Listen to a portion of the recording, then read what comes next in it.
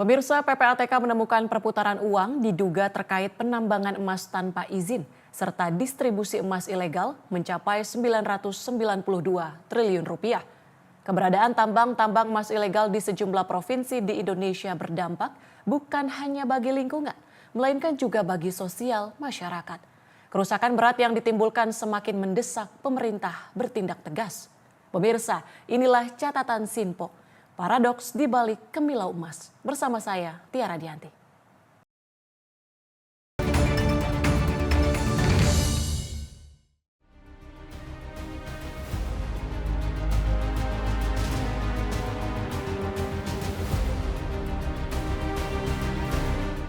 Temuan dugaan aliran dana dari tambang emas ilegal senilai 992 triliun rupiah diungkap Pusat Pelaporan dan Analisis Transaksi Keuangan atau PPATK.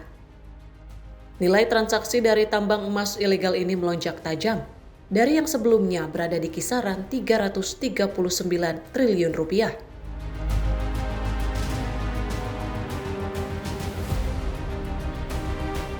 Lonjakan tersebut seakan-akan menunjukkan bahwa aktivitas ilegal tersebut bukan meredup, melainkan semakin membesar.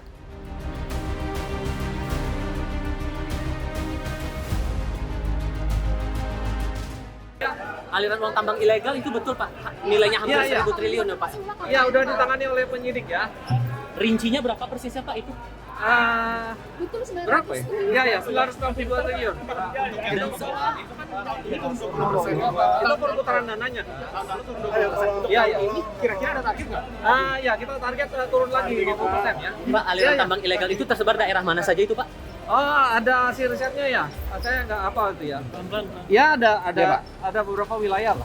Follow up-nya PPATK akan langsung kemana lagi Pak untuk tindak Kan ke lanjut penyidik kita, ke penyidik, ke KLH, ke PKH segala macam ya. Ya teman-teman ya. Butuh waktu berapa lama untuk penindakannya Pak? Oh, tergantung penyidiknya. Kami support penyidik ya.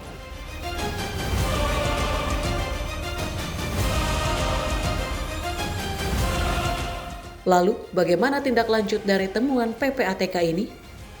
Serta bagaimana langkah yang dilakukan pemerintah dalam menindak tegas tambang emas ilegal?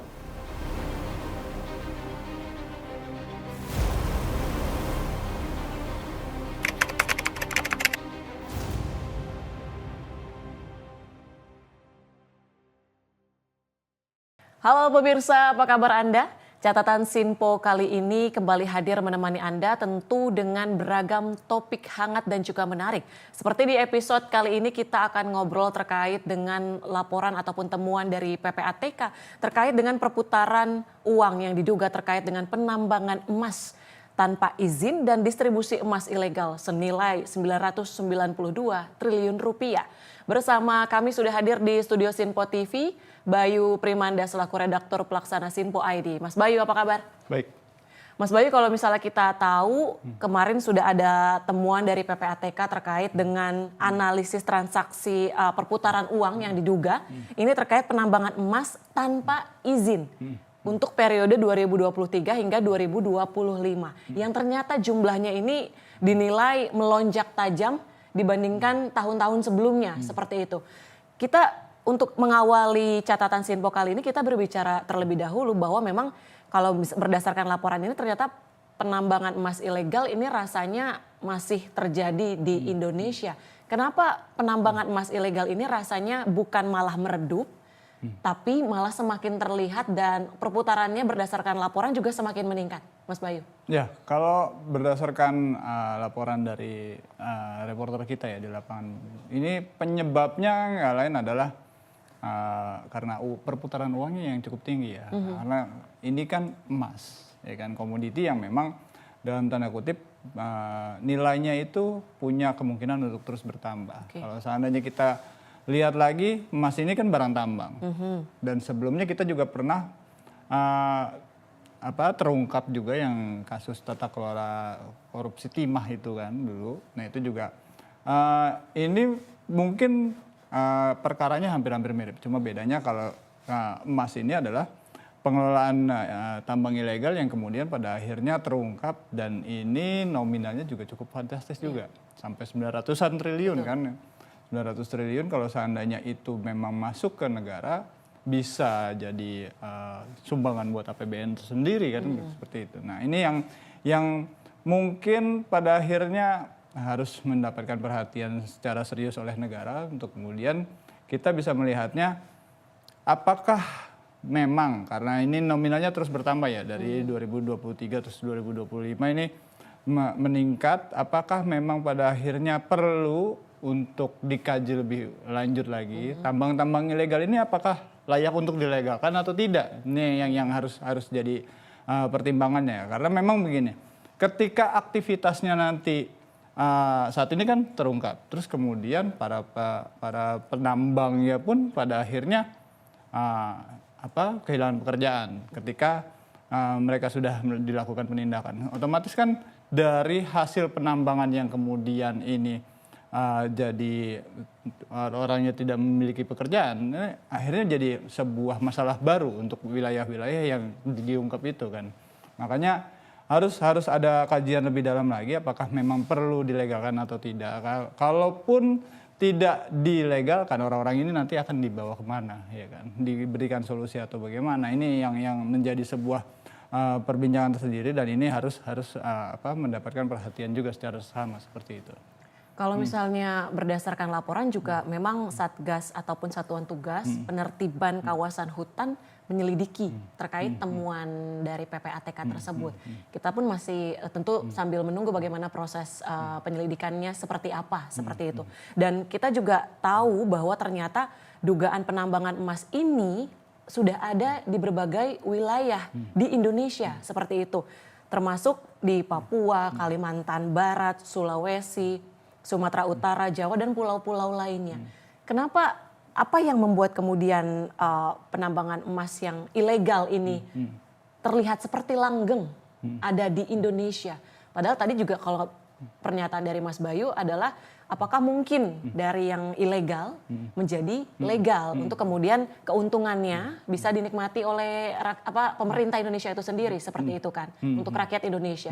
Seperti apa pandangan Sir Paidi? Ya, kalau kita melihatnya begini, ketika penambangannya ini justru semakin melebar, maka perlu ada pihak yang memang mengkaji ulang apakah memang dalam proses penambangannya ini bisa dikatakan membahayakan atau tidak ya kan? Karena selama prosesnya ini berjalan secara ilegal berarti kan ada klausul-klausul yang kemudian dilangkahi kan seperti itu. Ada aturan-aturan tambang yang pada akhirnya oleh para penambang ilegal ini dilangkahi, tidak kemudian dijalankan sesuai dengan SOP yang baik dan benar kan seperti itu. Sehingga terbukti pada akhirnya ada beberapa korban di beberapa tempat itu kan ada yang pada akhirnya menjadi korban akibat runtuhnya lokasi tambang dan sebagainya. Ini yang kemudian sangat-sangat disayangkan. Makanya perlu ada kajian lagi yang melihat bahwasanya tambang ini layak nggak sih untuk kemudian bisa dilegalkan. Kalaupun nantinya dilegalkan, nah siapa yang akan mengurus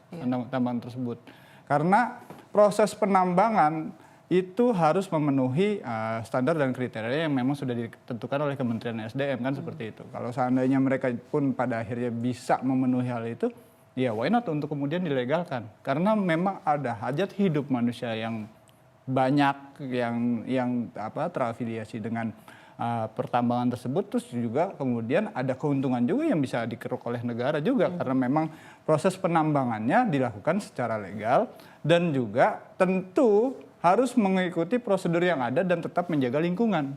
Ini yang menjadi sebuah pertimbangan-pertimbangan sehingga nantinya dalam proses penambangannya tidak lagi kemudian dilakukan secara ilegal dan negara pun juga mendapatkan keuntungan dari pertambangan tersebut seperti itu.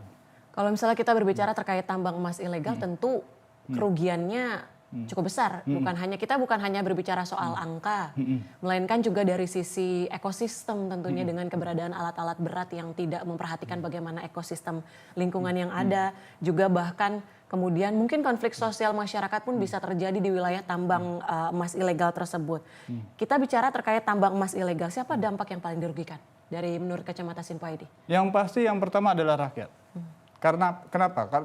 Ketika ada proses penambangan ilegal itu dilakukan, maka ada beberapa prosedur yang kemudian ditabrak.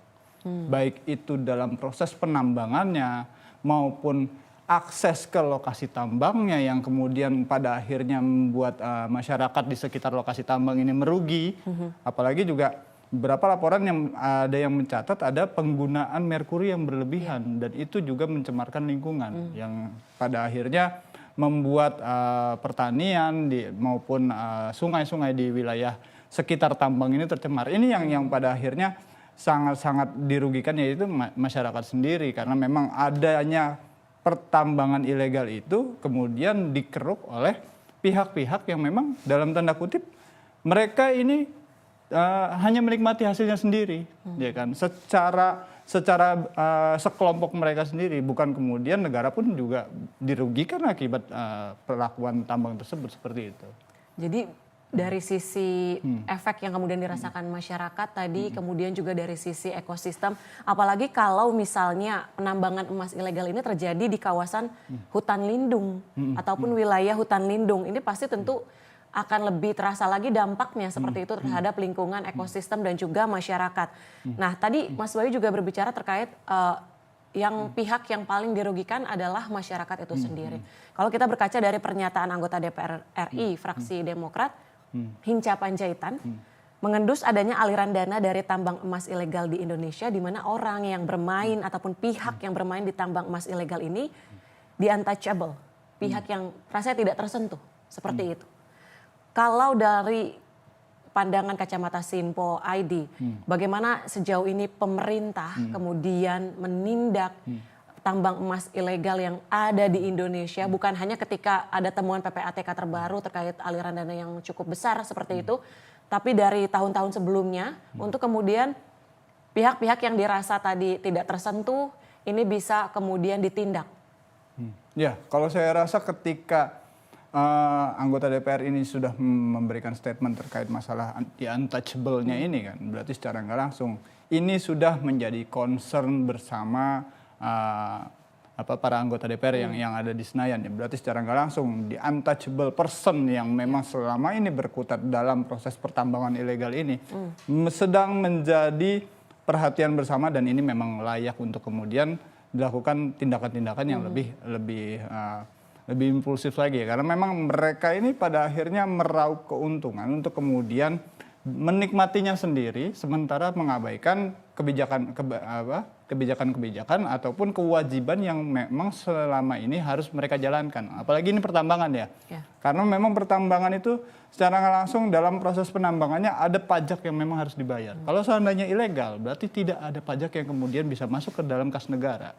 Dalam proses pertambangannya pun tentu ada hal-hal yang kemudian tidak ditaati oleh si penambangnya. Karena memang begini, ketika proses penambangan apalagi dilakukan di jalur di wilayah hutan ya. Lindung. Nah ini yang tentunya sangat-sangat meresahkan mengingat sejauh ini kan sebagaimana kita tahu ya, kita belajar dari yang terjadi di Sumatera kan. Sumatera itu ada proses penggundulan hutan terus kemudian alih fungsi hutan yang pada akhirnya mengakibatkan banjir bandang. Nah, nggak menutup kemungkinan dengan adanya pertambangan ilegal yang dilakukan di wilayah hutan ya nggak menutup kemungkinan bencana susulan pun bisa terjadi di wilayah yang memang dijadikan tempat lokasi tambang. Ini yang tentu sangat-sangat meresahkan karena memang proses penambangannya ilegal tentu ada SOP yang dilangkahi di mana semestinya perusahaan tambang itu punya perhitungan sendiri untuk kemudian melakukan penambangan di lokasi-lokasi yang dianggap itu aman. Ya kan, ketika proses penambangannya itu sudah dilakukan sesuai dengan SOP dan juga sesuai dengan prosedur yang dikeluarkan Kementerian SDM, tentu bencana-bencana alam yang memang diprediksi akibat tambang ini terjadi bisa lebih dihindari kan seperti itu. Ini yang kemudian harus menjadi perhatian bersama karena memang di sini ada potensi uang yang cukup besar, tapi juga ada potensi pelanggaran juga yang memang selama ini sudah mereka laksanakan, mereka lakukan. Nah ini yang kemudian perlu dikaji ulang apakah kemudian mereka ini para penambang ilegal itu proses penambangannya dikaji ulang terus kemudian layak dilegalkan atau tidak, terus kemudian penindakannya layakkah mereka untuk dikenakan denda atau tidak, karena memang selama ini sudah berjalan lama, ya kan? Dan ada untouchable person. Ini yang harus jadi perhatian tersendiri. layakkah orang tersebut untuk kemudian ditindak secara hukum? Nah ini yang harus menjadi sebuah kajian tersendiri, dan ya kita berharap para pihak terkait pun bisa kemudian mengambil kebijakan yang sesuai untuk kemudian mereka bisa melakukan tindakan-tindakan yang memang layak untuk dilakukan terhadap tambang-tambang ilegal tersebut, seperti itu. Baik, berarti dari sisi legislatif ini sudah kemudian menyoroti terkait dengan isu ini. Kemudian tentu kita dari sisi eksekutif menjalankan kebijakan, bagaimana koordinasi yang diharapkan Sinpo ID untuk kemudian mengatasi ataupun bisa menjadi solusi pemberantasan tambang emas ilegal ini? Ya, kalau kita lihat dalam prosesnya, mengingat ini sudah menjadi perhatian anggota DPR di Senayan ya, berarti secara nggak langsung tinggal menunggu apa yang kemudian ingin dilakukan terhadap tambang ilegal tersebut. Tentunya dengan mengkoordinasikan kebijakan yang nantinya akan dibuat terhadap tambang ilegal, aparat penegak hukum baik itu polisi maupun kejaksaan, KPK atau bahkan yang memang memiliki peran dalam proses penegakan hukum, saya yakin mereka tentu akan diberikan instruksi untuk menindak tambang-tambang ilegal tersebut. Apalagi Presiden Prabowo memang menginginkan bahwasanya tindak pidana yang memang berhubungan dengan korupsi, bila seandainya memang ini menyangkut pidana korupsi ya dalam proses pertambangan ilegal, itu harus diberantas hingga ke akar-akarnya. Jadi nggak menutup kemungkinan kalau seandainya ada pihak yang disebut sebagai untouchable person ini bisa kemudian ditarik untuk kemudian diadili dan mendapatkan hukuman yang sesuai dengan apa yang dia kerjakan, seperti itu. Baik, dan rasanya juga untuk keberadaan tambang emas ilegal ini memang bukan ketika PPATK mengungkap temuan ini, tapi sudah berlangsung beberapa lama di Indonesia. Menurut kacamata Sinpo ID, sanksi yang paling ampuh bagi para penambang emas ilegal ini seperti apa?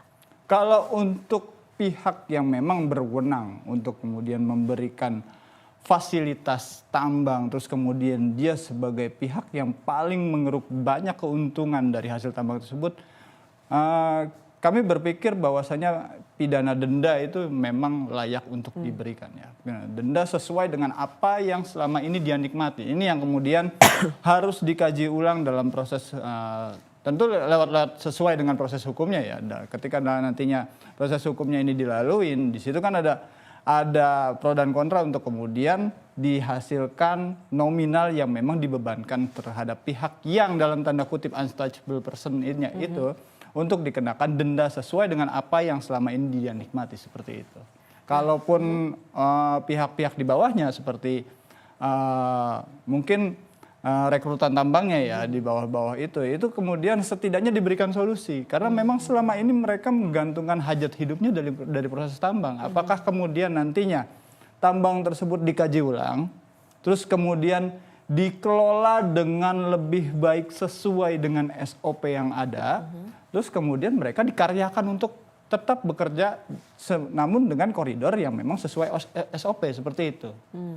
Jadi tapi kalau misalnya kita melihat dari sisi keberadaan tambang emas ilegal hingga akhirnya tadi juga sempat dimention, apakah memungkinkan yang ilegal ini menjadi legal seperti itu, tentu itu butuh proses ataupun berbagai kebijakan, berbagai perumusan yang mendalam dari sejumlah pihak terkait. Tapi kita akan ngebahasnya usai jeda, Mas Bayu. Dan pemirsa tetaplah bersama kami di Catatan Sinpo.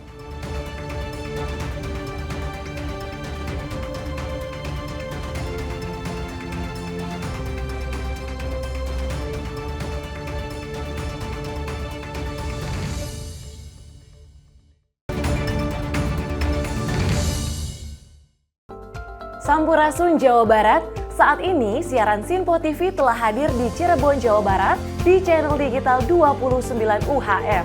Segera scan ulang saluran digital televisi Anda untuk memastikan Sinpo TV tetap selalu ada di layar kaca Anda. Sinpo TV, referensi berita politik masa kini.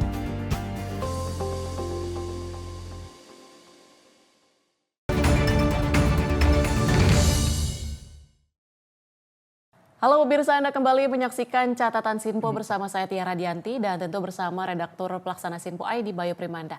Mas Bayu, tadi di segmen awal kita sudah sempat menyinggung terkait dengan temuan PPATK dugaan adanya penambangan emas ilegal yang jumlahnya ternyata meningkat tajam ya di periode 2023 hingga 2025. Dan apakah dengan temuan angka yang melonjak hingga jumlahnya sekitar 992 triliun rupiah, ini apakah dinilai telah membentuk ekosistem bayangan dalam tanda kutip yang sangat rapi, mulai dari wilayah konsesi, kemudian logistik, penadah, hingga jalur ekspor dan mungkin sistem perbankan sendiri dengan tadi aliran dana yang sangat besar seperti itu. Dari kacamata Simpo ID melihatnya seperti apa? Ya, kalau seandainya nominalnya ini sampai 900 triliun lebih ya kan. Ini bahkan hampir menyentuh angka 1000 triliun ya kan. Ini berarti secara nggak langsung mereka dalam prosesnya bisa menangani emas tersebut dari hulu ke hilir. Ya. Dari ujung ke ujung ini ekosistemnya sudah memang terbentuk untuk kemudian mereka bisa meraup keuntungan sebegitu besarnya. Yang memang pada akhirnya harus ada kebijakan yang sepadan dengan memang apa yang selama ini sudah dijalankan oleh para penambang ilegal ini. Apakah nantinya dalam proses penindakan terhadap para penambang ilegal ini bisa kemudian lebih tegas lagi.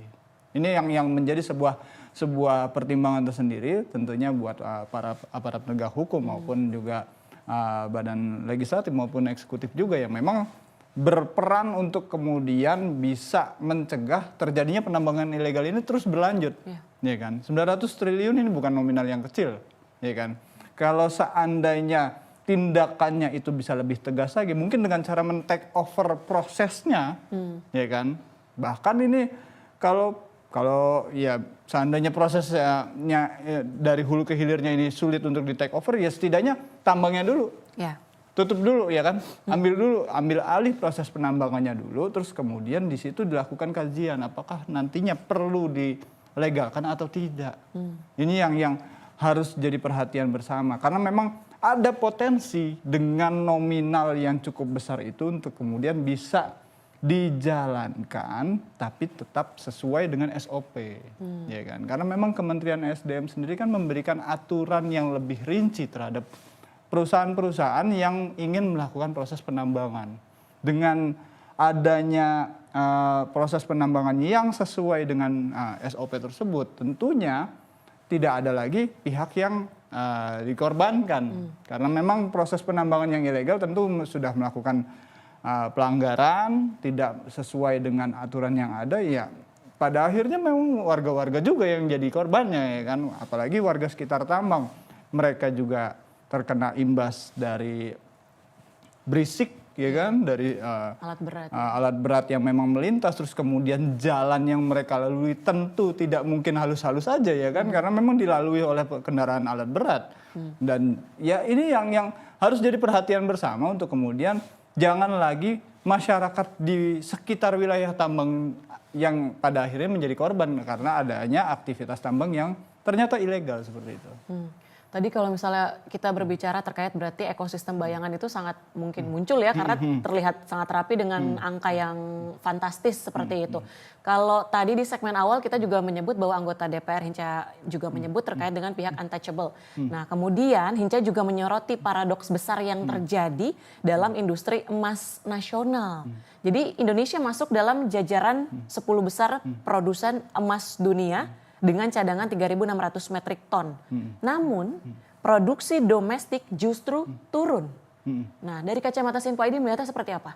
Nah ini yang harus jadi perhatian ya. Kalau seandainya produksi domestiknya turun tapi kita melihat lebih jauh ini banyak tambang-tambang ilegal, berarti secara nggak langsung ada pihak swasta yang memang melakukan eksplorasi di sejumlah wilayah.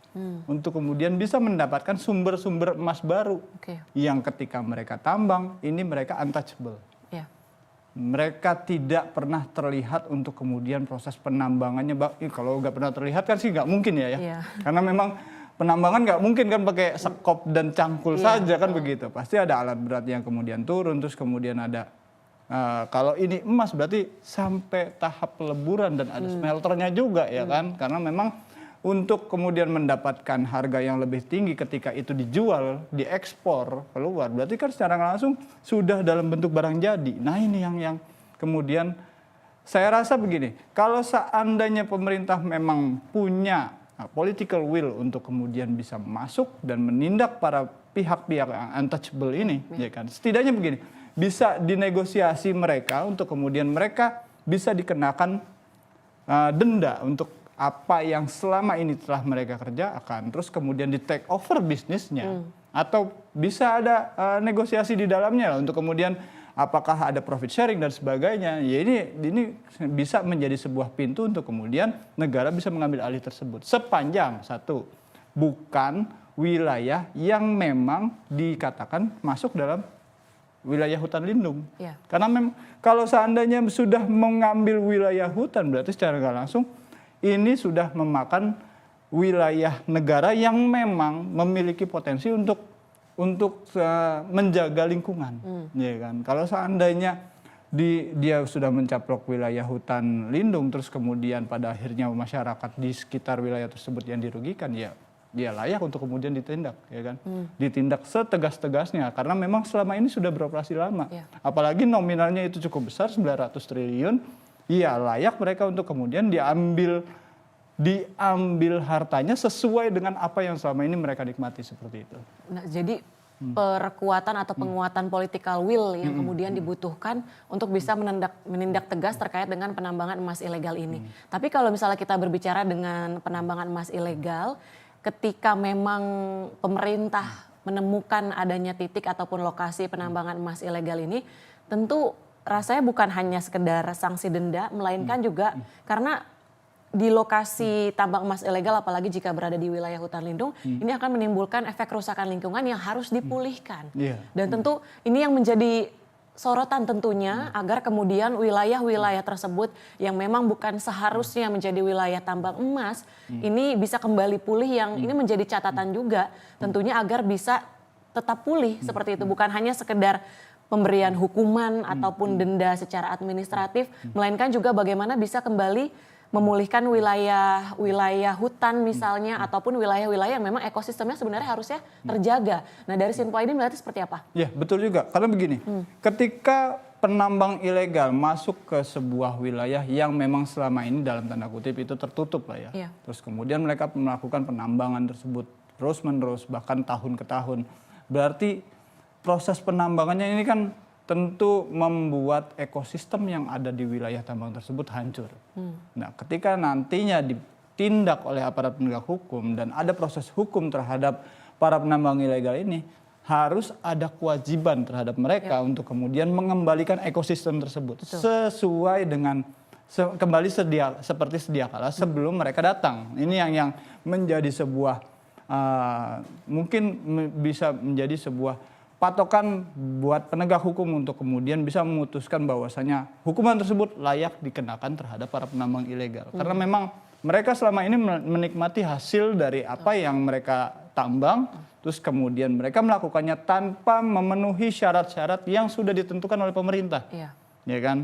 Siapapun pihaknya, apapun bahkan rantai prosesnya dari hulu ke hilirnya, ini layak untuk kemudian dikenakan.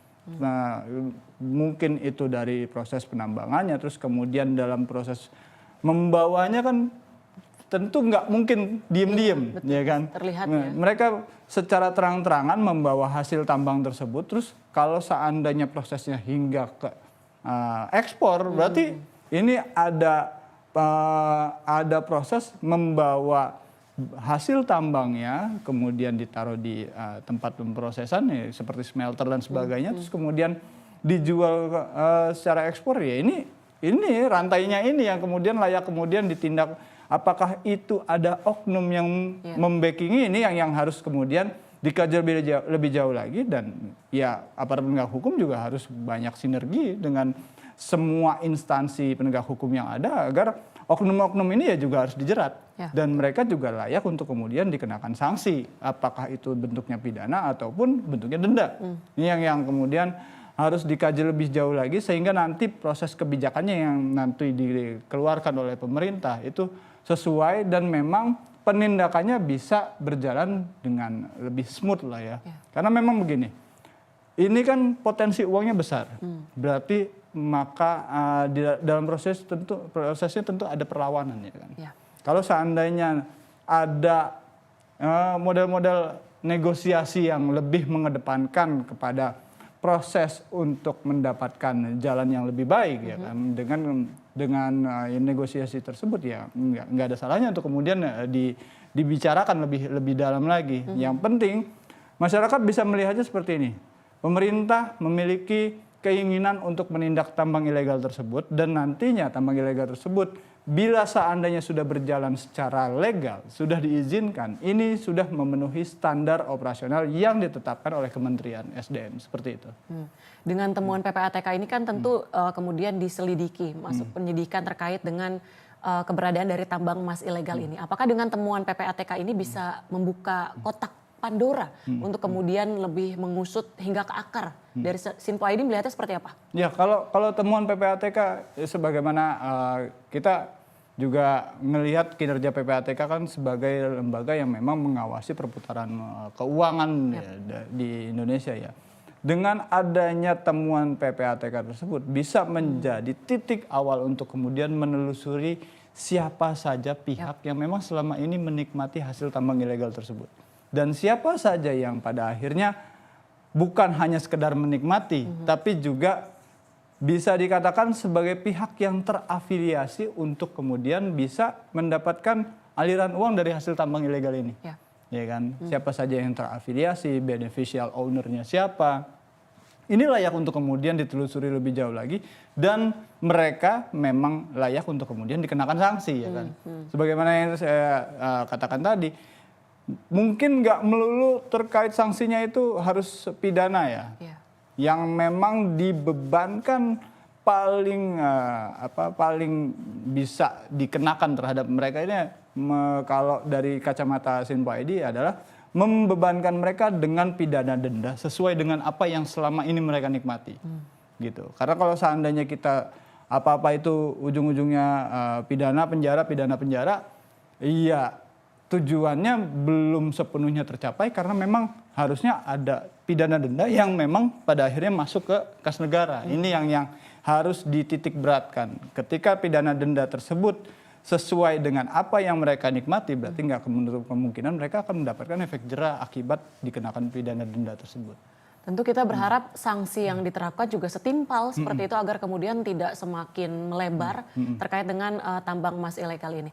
Dan kalau misalnya kita berbicara memang Satgas Penertiban Kawasan Hutan ini memverifikasi temuan dari PPATK terkait perputaran dana penambangan sekitar 992 triliun rupiah kemarin, dan verifikasi ini, langkah ini untuk kemudian mendata apakah aktivitas tambang ilegal berada di kawasan hutan atau tidak.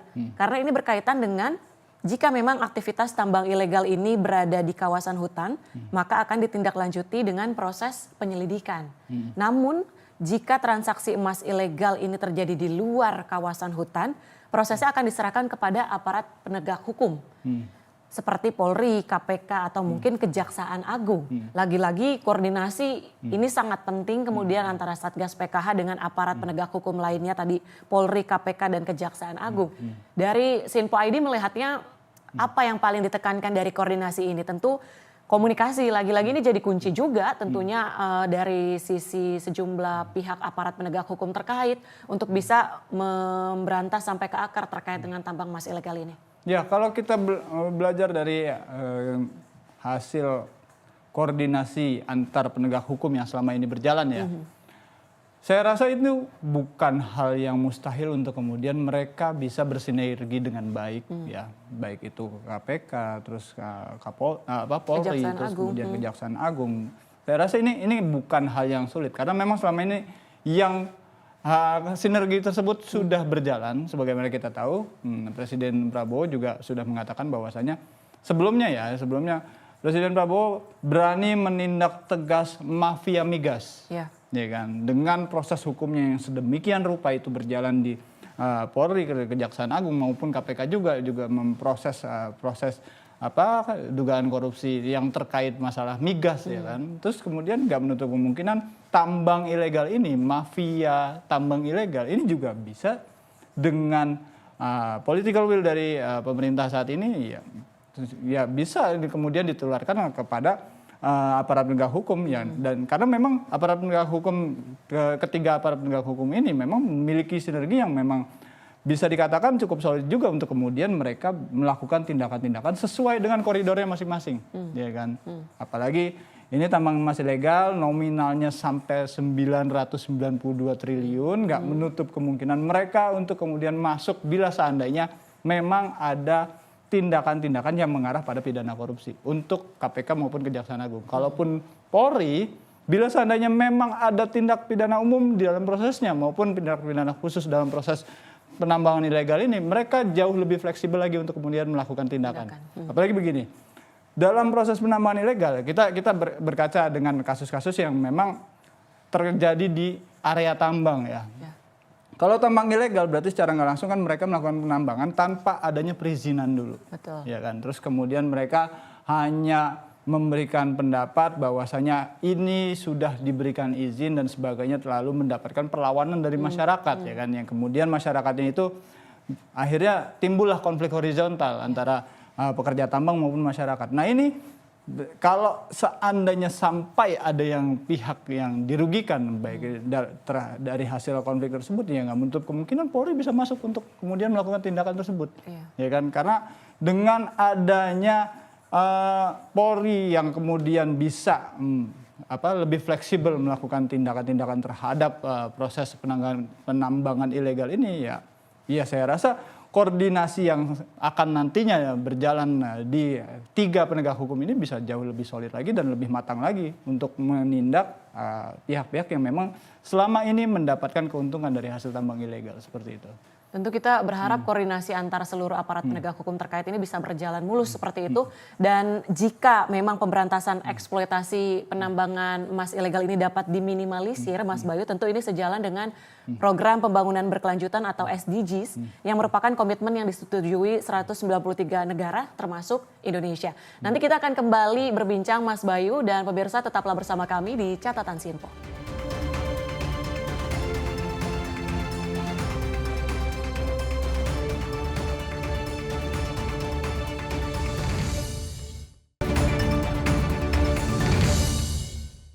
Apa saja peristiwa terhangatnya akan menemani Anda di waktu istirahat siang?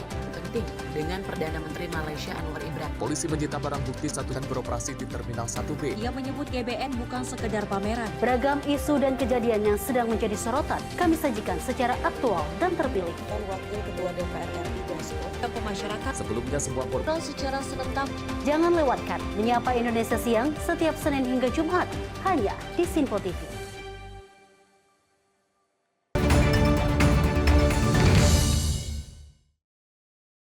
Terima kasih pemirsa, Anda kembali menyaksikan Catatan Sinpo bersama saya Tiara Dianti dan tentu bersama redaktur pelaksana Sinpo ID Bayu Premanda. Mas Bayu, tadi di 2 segmen awal kita sudah ngobrol panjang lebar ya terkait dengan langkah apa yang kemudian dirasa perlu diperkuat oleh pemerintah khususnya dalam pemberantasan tambang emas ilegal ini yang memang berdasarkan temuan PPATK untuk periode 2023 hingga 2025. Ini nilainya melonjak fantastis seperti itu ya, di angka 992 triliun rupiah. Dan kemudian ini diverifikasi oleh Satgas Penertiban Kawasan Hutan tentunya yang nantinya akan berkoordinasi dengan sejumlah aparat penegak hukum lainnya seperti Polri, kemudian dari sisi Kejaksaan Agung dan juga dari KPK. Tentu kita juga berharap sanksi yang diterapkan jika memang kemudian sudah diinvestigasi lebih lanjut terkait dengan pihak-pihak yang melakukan penambangan emas ilegal ini bisa memberikan efek jera karena lagi-lagi persoalan tambang emas ilegal ini rasanya bukan hanya merugikan dari sisi jumlah ataupun nominal yang kemudian sudah dikeruk oleh pihak-pihak tersebut, melainkan juga dari kerusakan ekosistem yang ini harus benar-benar dijaga dan harus kemudian kembali pulih 100% dan juga ini menyangkut dengan bagaimana masyarakat sekitar yang kemudian terkena dampaknya dari keberadaan tambang emas ilegal ini. Dan kalau kita berbicara ternyata memang sudah ada beberapa pengungkapan di daerah-daerah terkait dengan keberadaan tambang emas ilegal ini. Salah satunya yaitu Polda Riau yang berhasil mengungkap praktik penampungan dan pengolahan emas ilegal yang bersumber dari aktivitas pertambangan emas tanpa izin di Desa Benai Kecil, Kabupaten Kuantan Singingi. Dan ternyata, Mas Bayu, pengungkapan ini berawal dari informasi masyarakat lewat layanan call center Polri 110 terkait adanya aktivitas pembakaran dan penampungan emas ilegal di wilayah tersebut. Nah, dari kacamata Sinpo ID melihatnya keberadaan masyarakat yang di sekitar wilayah penambangan emas ilegal ini atau masyarakat yang mengungkapkan temuan terkait dengan adanya aktivitas penambangan emas ilegal ini, kemudian adanya pelaporan ke call center ataupun layanan pihak aparat terkait seperti itu.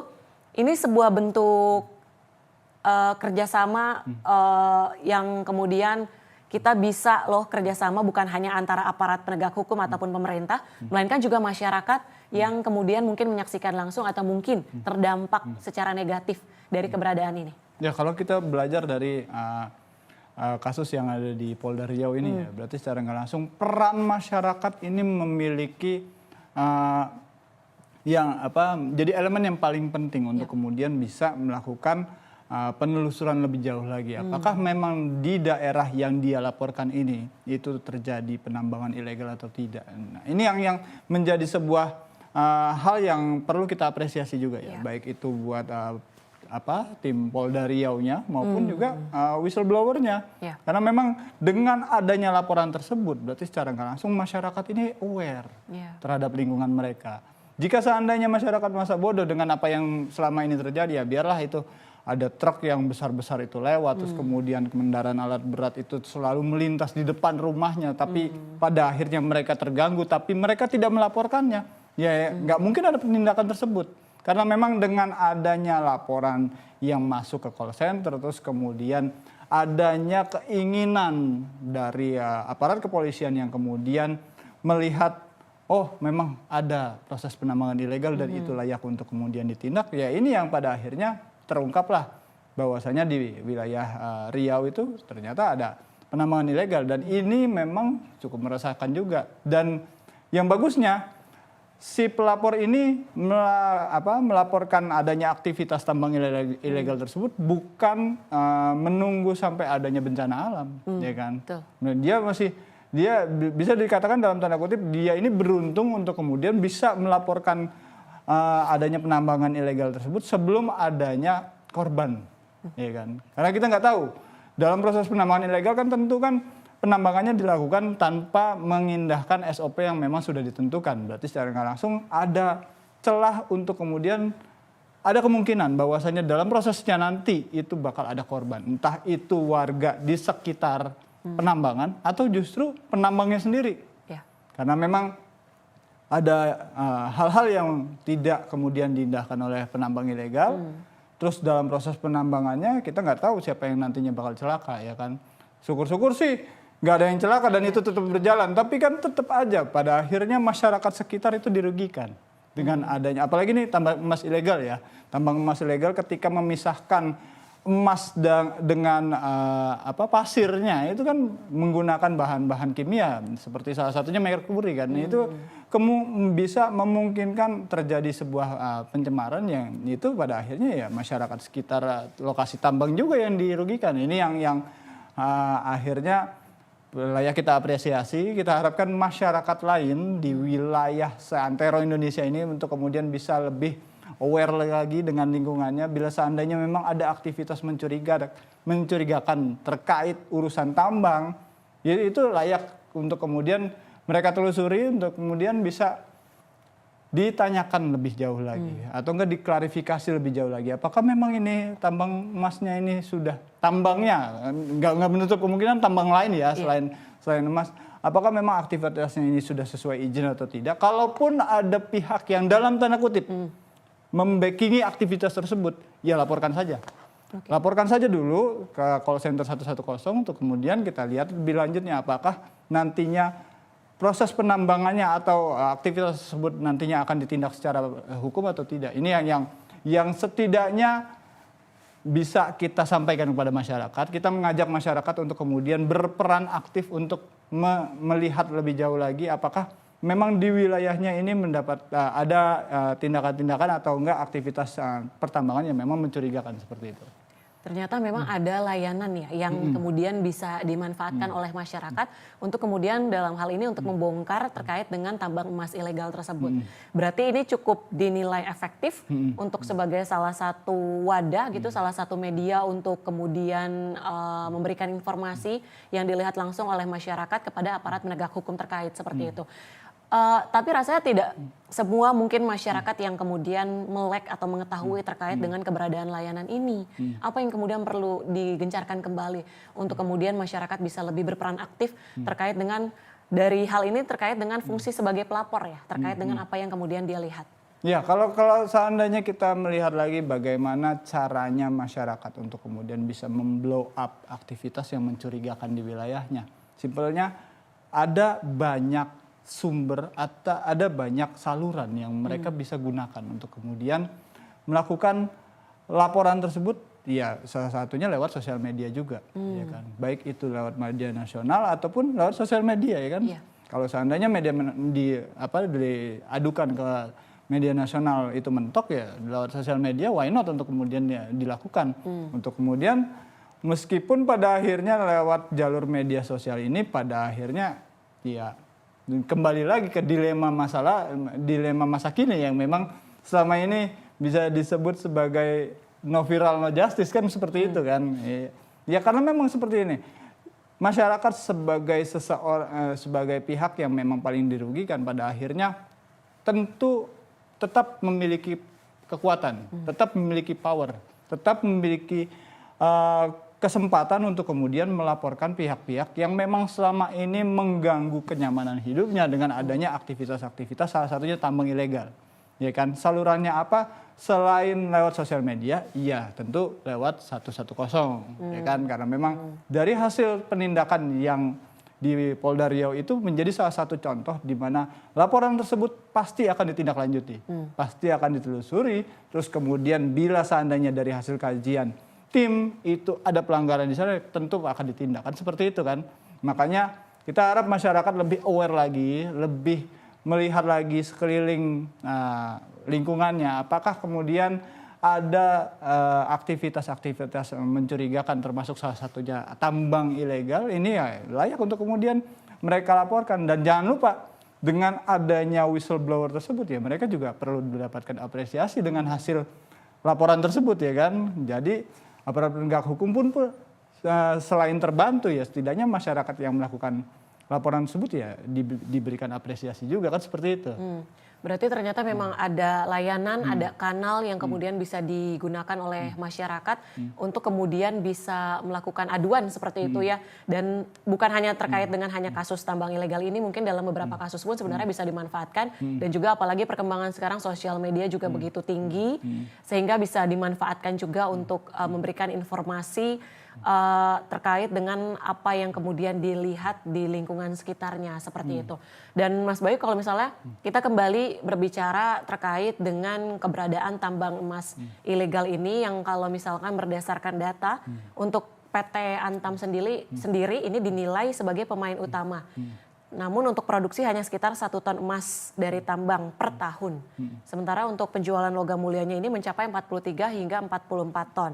Nah ini lagi-lagi dari anggota DPR Hinca yang menyatakan bahwa artinya lebih dari 90% emas yang dijual itu berasal dari pembelian pihak lain. Sehingga hal ini harus ditelisik lebih jauh juga terkait dengan asal-usulnya.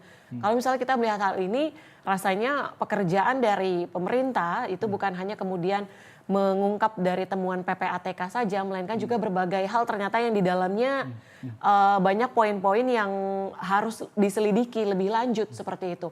Nah kalau dari Simpo-ID melihatnya seperti apa dengan keberadaan dari tadi Satgas PKH, kemudian aparat penegak hukum lainnya untuk kemudian menganalisis asal-usulnya ini? Ya kalau kita lihat dari hasil laporan tim reporter kita ya di lapangan, berarti secara nggak langsung dalam prosesnya dan itu kemudian diobrolkan juga kan jadi sebuah perbincangan tersendiri juga di Senayan. Berarti secara nggak langsung ini cukup kompleks juga ya. Mengingat ada perusahaan yang memang ditugaskan negara untuk mengelola pertambangan, terus kemudian dalam proses penjualan logam mulia yang selama ini mereka lakukan ternyata dari hasil penelusuran ini tidak sesuai dengan apa yang selama ini mereka produksi. Nah, kan ini yang tentunya menjadi sebuah perbincangan tersendiri. Ya memang layak pada akhirnya aparat penegak hukum bisa menelusuri hal tersebut. Apabila memang ternyata selama ini ada penerimaan lain yang kemudian bisa dikeruk untuk kemudian dijadikan bahan dan itu menjadi hal yang barang yang dijual, berarti secara nggak langsung ini ada apa dalam proses eksplorasinya, dalam proses penambangannya, apakah kemudian penambangannya ini memang selama ini terkendala atau memang selama ini tidak berjalan penambangannya justru. Mereka hanya sekedar membeli dari hasil penambangan-penambangan ilegal yang ada, terus jadi pengepul, habis itu barangnya dijual kembali. Ini yang harus ditelusuri lebih jauh lagi. Ya memang sudah layak kemudian aparat penegak hukum pun juga melakukan penindakan terhadap masalah ini ya kan. Bila seandainya memang dalam tanda kutip ada oknum yang bermain, ya jangan sungkan untuk kemudian ditindak, ya kan? Karena ini cukup terstruktur juga. Mengingat jumlah produksinya ternyata menurun, sementara penjualannya cukup tinggi. Nah ini dapat barangnya dari mana? Ini kan seperti itu yang menjadi masalah kan. Nah ini kemudian layak kemudian aparat penegak hukum bisa melihat lebih jauh lagi. Tentunya lagi-lagi balik lagi ke political will juga yang memang menentukan bahwasanya mafia tambang ilegal, khususnya tambang ilegal emas ini layak dikenakan denda dan layak dikenakan pidana terhadap mereka yang selama ini menikmati hasil dari pertambangan ilegal tersebut. Baik, Mas Bay, terakhir di era pemerintahan Prabowo Gibran ini apa kemudian harapan ataupun langkah pembenahan yang harus paling ditekankan untuk memberantas tambang emas ilegal ini? Ya, kalau sejauh ini kita lihat Presiden Prabowo sudah menyatakan perang terhadap pemberantasan korupsi. Bahkan mafia migas, mafia energi pun juga sejauh ini sudah ditindak secara proses hukum ya. Dan nggak menutup kemungkinan mafia-mafia lain juga akan jadi sasaran berikutnya ya kan. Nggak menutup kemungkinan juga mafia tambang ilegal, khususnya mafia tambang ilegal emas. Ya. Ini yang kita harapkan nantinya dalam prosesnya ini Presiden kemudian menginstruksikan lebih jauh lagi kepada jajaran di bawahnya untuk kemudian melakukan tindakan-tindakan sesuai dengan koridor masing-masing sehingga tambang-tambang ilegal ini kemudian ditindak dan kemudian tidak lagi ada kebocoran negara. Mengingat ada 900 triliun yang selama ini berputar dalam proses tambang ilegal tersebut. Seperti itu. Baik, Mas Bayu terima kasih untuk catatan Sinpo kali ini dan tentu kita berharap untuk aktivitas penambangan emas ilegal ini bisa diberantas hingga ke akarnya. Dan tentu pemirsa Sinpo TV terima kasih sudah menyaksikan catatan Sinpo episode kali ini. Akhir kata saya Tiara Dianti mewakili seluruh kerabat kerja yang bertugas pamit undur diri. Terima kasih dan sampai jumpa.